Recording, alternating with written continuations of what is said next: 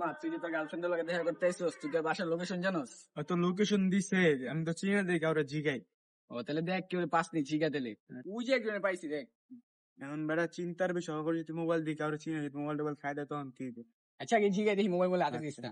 চল বাইরে জিজ্ঞেস করি। ভাই এই লোকেশনটা চিনেন? এই তো ভাই, এই যে মাঠটা আছে, মাঠটা পাড়ায় সোজা গেল ভাই। ওই যে ওইদিকে। কই ভাই কই কোন দিকে কোন দিকে? রয় কই গেল? কই গেল? তোর কইছিলাম বেটা তুই কারো হাতে ফোনটা দিস না, আমি ফোনটা মারা খালি তুই। সেকেন্ডের ভিতরে নাই।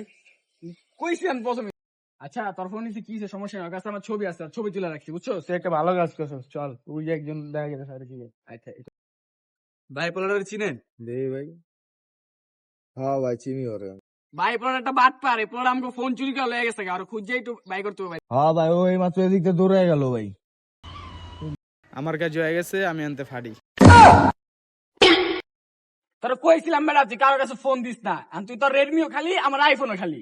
গার্লফ্রেন্ডের লগে দেখা করতে আইয়া আমার মোবাইলটা চুনা খেলাম, আমার বন্ধুর মোবাইলটা চুনা খেলাম।